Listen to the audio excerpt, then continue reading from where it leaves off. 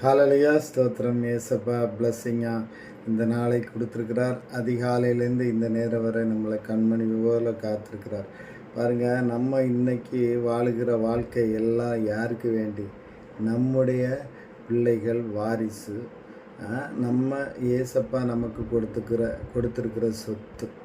அந்த சொத்தை நம்ம எப்படி பேணி பாதுகாக்கணும்?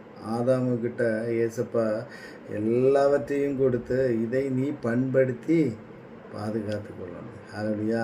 அந்த நாட்களில் ஆதாம் காம்பவுண்டெல்லாம் ஒழுங்காக போட்டிருந்தா இப்படிப்பட்ட சூழ்நிலை நடந்திருக்குமா? ஹalleluya.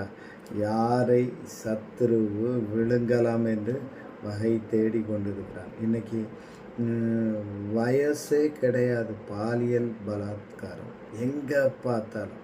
நியூஸ் பேப்பரில் அப்படிப்பட்ட செய்தி இல்லாமல் நியூஸ் பேப்பர் இல்லை. அப்படி செய்தி இல்லைன்னா நியூஸ் பேப்பர் கடையே மூட வேண்டியதான். அப்படிப்பட்ட சூழ்நிலைகள் இன்றைக்கி உலகம் போயிட்டுருக்கு. ஹalleluya.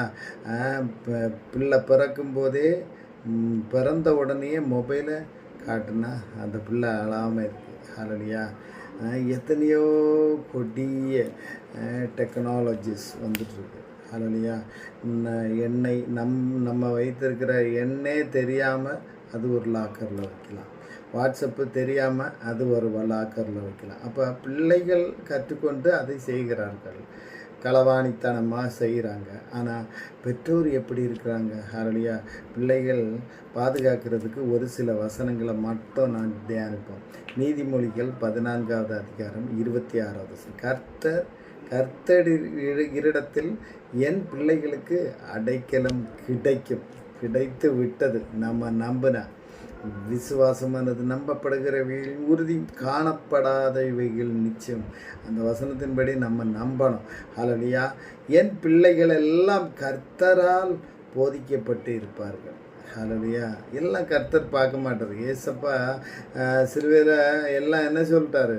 ஹalleluya. எல்லாம் முடிந்தது, இனி எல்லாம் நீங்கள் பார்த்துக்குங்க, உங்களுக்கு எல்லா அதிகாரமும் உண்டு, நான் செய்த காட்டிலும் நீங்கள் இன்னும் அதிகமாக செய்கிறதுக்கு உங்களால் முடியும். அதனால் தைரியமாக இருங்க. ஹalleluya. ஆனால் நமக்கு கொடுத்த சொத்துக்களை பாதுகாக்கிறதுக்கு நம்ம தான். ஹalleluya. ஏசாயா 54:13 என் பிள்ளைகளுடைய சமாதானம் பெரிதாக இருக்கும். ஹalleluya. அதிகாலை வேளை எழும்புறீங்க, ஒவ்வொரு காரியங்களையும் செய்கிறீங்க. ஆனால் பிள்ளைகளுக்கு வேண்டி ஜெபம் பண்ணுங்கள். எப்பொழுதும் பிள்ளைகள் தேவனோடு உறவாடத்தக்கதாய் பல்லு தேய்க்கிறதுக்கு முன்னாடி ஜெபம் பண்ணுங்கள். பிள்ளை சாப்பிட்றதுக்கு முன்னாடி ஜெபம் பண்ணுங்கள். பிள்ளை ஸ்கூலுக்கு காலேஜுக்கு போகிறதுக்கு முன்னாடி தலையில் கை வச்சு ஜெபம் பண்ணுங்கள். சில காரியங்கள் பெற்றோர்